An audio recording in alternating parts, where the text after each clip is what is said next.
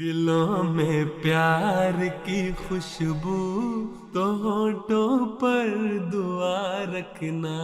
दिलों में प्यार की खुशबू तो होठों पर दुआ रखना। ईमान में वक्त से एक रिश्ता इश्क वफा रखना। ईमान में वक्त से एक रिश्ता। Assalamu alaikum wa rahmatullahi wa barakatuhu, everyone. Welcome back to Friday Sermon for Kids. We're always looking forward to getting back and, of course, talking about the beautiful Friday sermon of beloved Hazur. May Allah be his helper. I've never done this alone here. Any week, every single week, helping me out are two amazing panelists. This week, to my right is Tashif, and to his right is Monis.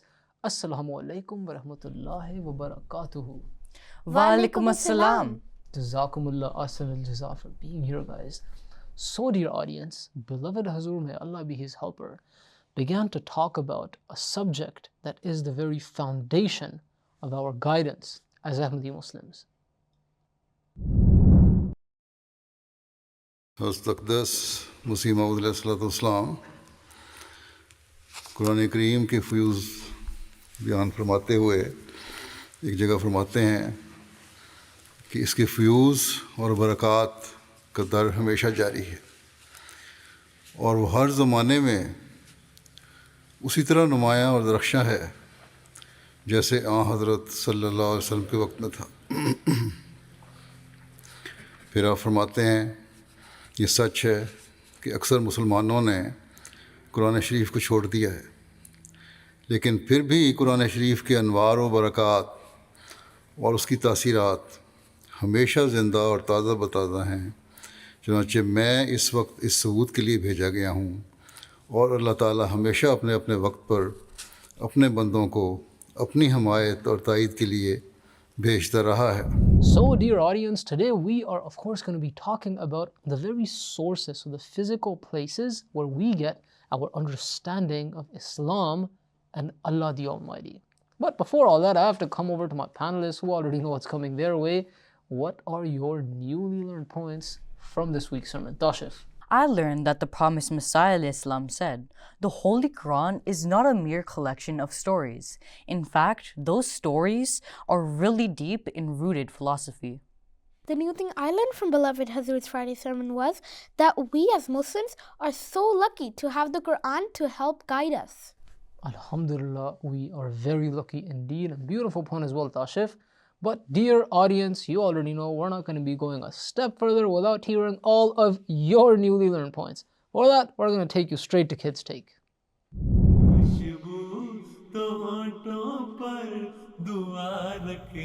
Hazur mentioned the purpose of the advent of the promised Messiah was to spread the true teachings of the Holy Quran. I learned that the promised Messiah Islam came in order to establish the law of the Holy Quran in the world. In today's Friday sermon, Pyari Hazur told us that the Holy Quran opens the path of salvation.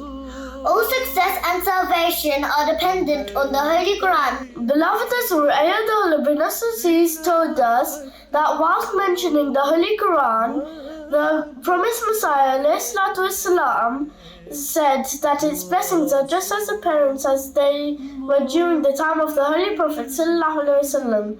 Hazur Anwar Ayatollah bin Aziz said that in the Holy Quran it's allowed to combat any cruelty. This example shows our Ahmadi brothers who were martyred in the Burkina Faso attack. This Friday's sermon, Hazur Ayatollah bin Aziz quoted that the promised Messiah ﷺ said, the teachings of the Holy Quran are complete and there is no verity of which it does not teach. Jazakallah ahsan al-jaza for those beautiful presentations. Remember, kids, you are the ones making the show. So if you forgot to send in a video for this Kids Take segment, please make sure you send in one next week. It should take like 5-10 seconds. We'll love to hear you. See you next week on that. Okay, let's get to our discussion for this week now. Murabbi Sahib, I have a very important question. How is the Holy Quran important to us as Ahmadi Muslims? Perfect question to start off our discussion, Monis, because Hazur, may Allah be his helper, explained that in order for us to truly be Ahmadi Muslims, our identity, right, the guidance that we get in order to form our identity as Ahmadi Muslims, as human beings, the first and most important source is the Holy Quran, which means whatever is written in the Holy Quran.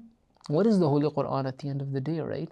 Holy Quran was the specific revelation. That means the words that Allah decided to put into the heart of the Holy Prophet ﷺ, the man that we believe had attained the highest level of morality, the best type of human being that there could be, right? So the Holy Quran, Hazur said, is the central source of knowledge in order for us to understand Islam. But Murabbi Sahib, we know that's all from history. Is there another source we can use? Yeah, but Murabbi Sahib, I'm confused a bit. Hazur said that Sunnah and Hadith are two different things. Wait, what? I always thought they were the same thing. What's the difference? That is a very, very important question actually. And that's the benefit of listening to Hazur's sermon, because beloved Hazur mentioned that the promised Messiah ﷺ has explained to us that there are three different things that we derive our basic knowledge and understanding of Islam from. Number one, we discussed it. What is it? The Holy Quran. That's the number one source of guidance. But after that comes the subject of Sunnah and Hadith. We sometimes tend to confuse these, we make them the same thing. Promised Messiah says Sunnah were the actions of the Holy Prophet ﷺ. So for example, namaz was a physical action that people saw the Holy Prophet ﷺ do and then they imitated it. A hadith were the sayings of the Prophet ﷺ. Sunnah, action, hadith, sayings. And they're both important. But Hazur said the promised Messiah has explained very specifically that only that sunnah and only that hadith should be taken seriously if it is in accordance with the Holy Quran. So if somebody tells you that there's a hadith about this and it's against the Holy Quran, we're not going to accept that.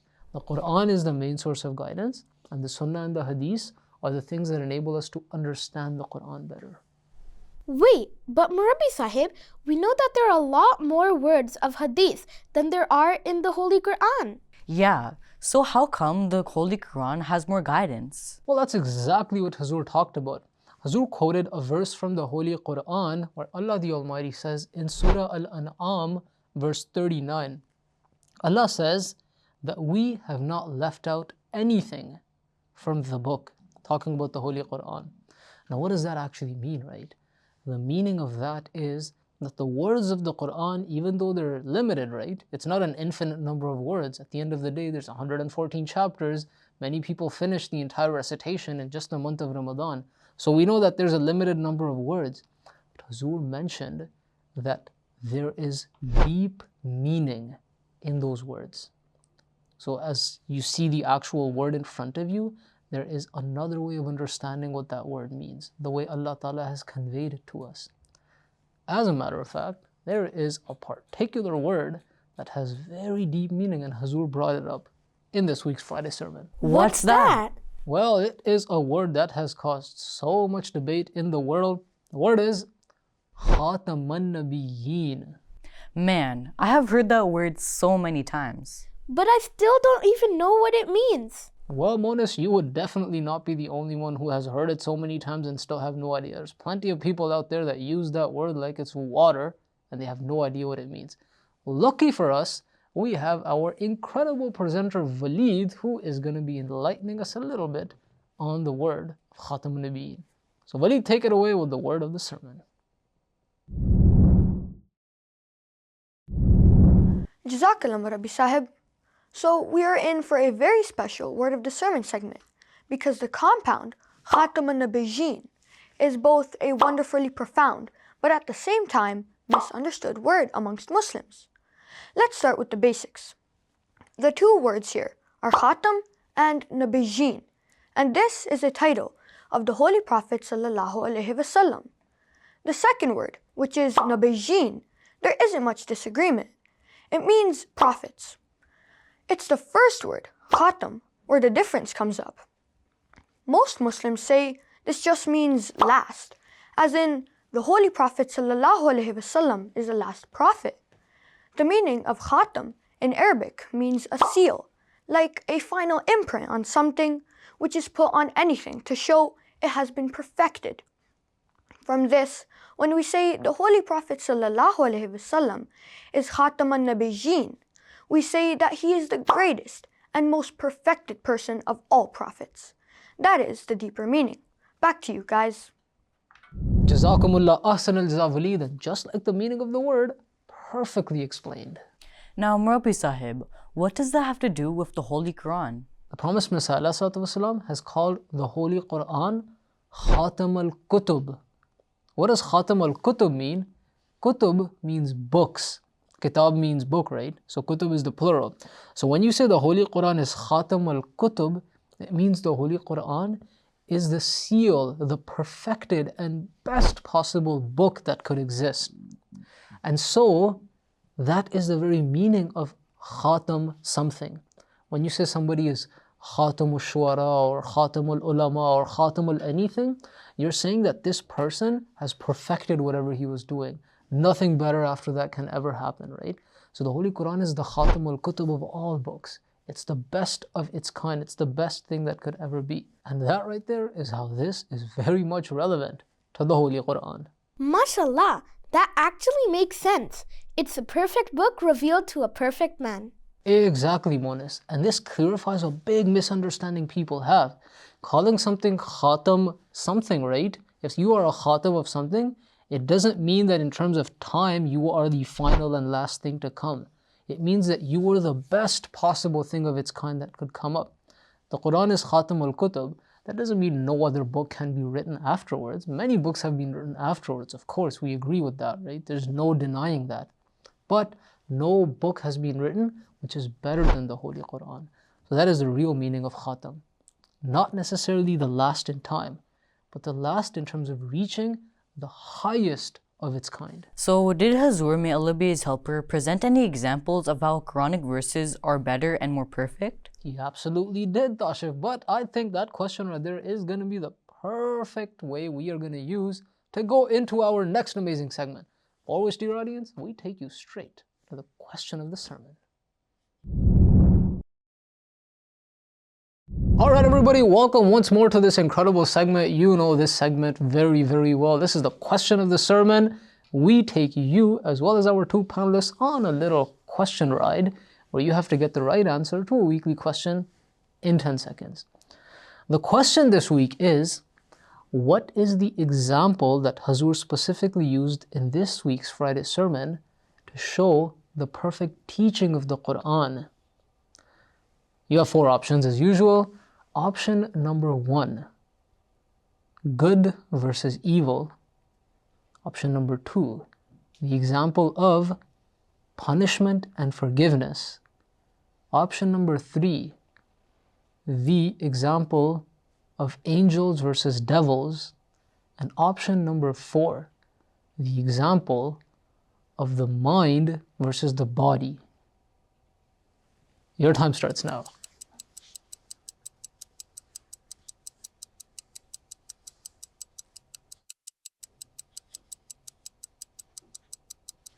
And your time's up. What do you have, Tashif? I think it's number 2. I also think it's number 2. Look at you two remembering the fine details. That answer is absolutely correct. Alhamdulillah. So Murabbi Sahib, you really got to explain this to us. What in the world does punishment versus forgiveness mean? The example that Hazur gave is directly from a verse of the Quran, and that is from Surah Ash-Shura, verse 41. Allah very beautifully says, Jaza'u sayyi'atin sayyi'atum mithluha faman afa wa aslaha fa ajruhu alallah. That basically means that if somebody ends up doing something bad, right, then his punishment should be only and only according to the severity of the bad that he has done. But Allah Ta'ala says right with that, faman afa wa aslaha. But whoever decides to forgive that person, right? Like, let's say I come and I hit you, right? I, according to Islamic law, deserve that same punishment. That's justice. But Allah says, فَمَنْ أَفَا وَأَصْلَحَ فَأَجْرُهُ عَلَى اللَّهِ. That basically means if you decide to forgive me, and as a result of you having forgiven me, I end up becoming a better human being, and I end up reforming myself and become a good person, فَأَجْرُهُ عَلَى اللَّهِ. Then Allah has a reward specifically for you because of that action.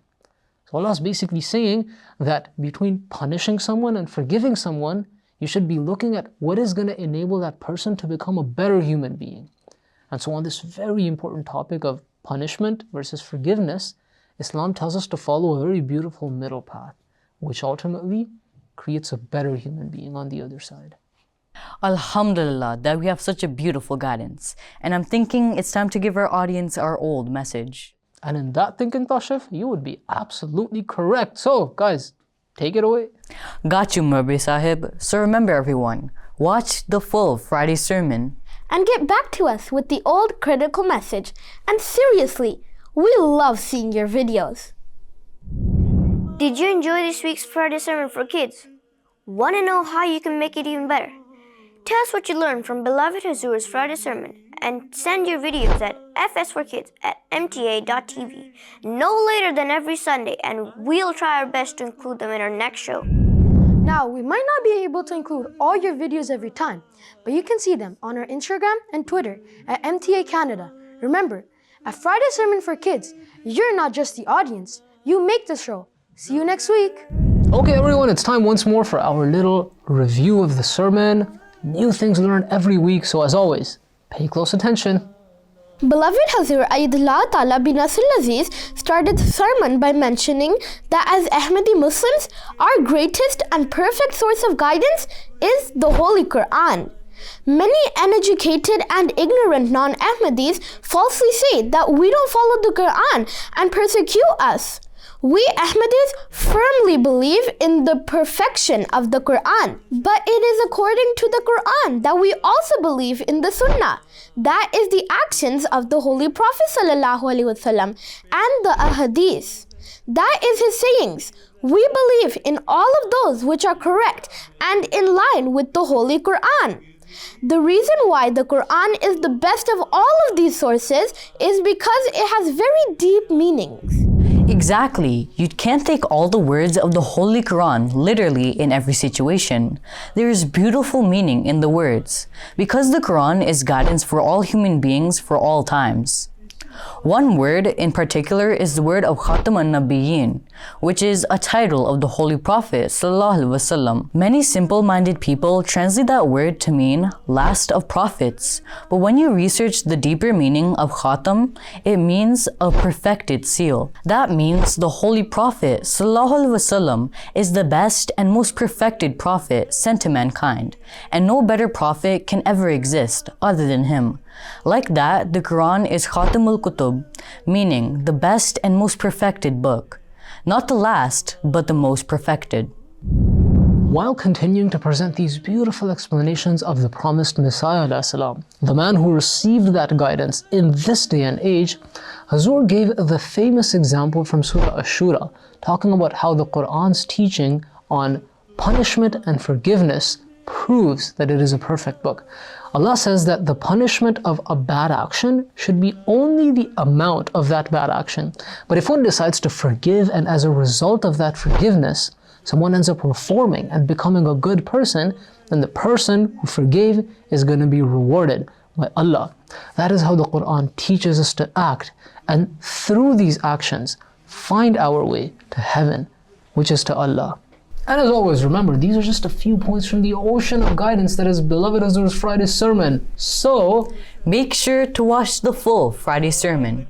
And until next week, Khuda Hafiz. एक रिश्ता इश्क वफा रखना, दिलों में प्यार की खुशबू तो होठों पर दुआ रखना, इमाम वक्त से एक रिश्ता इश्क वफा रखना, इमाम वक्त से एक रिश्ता इश्क वफा रखना.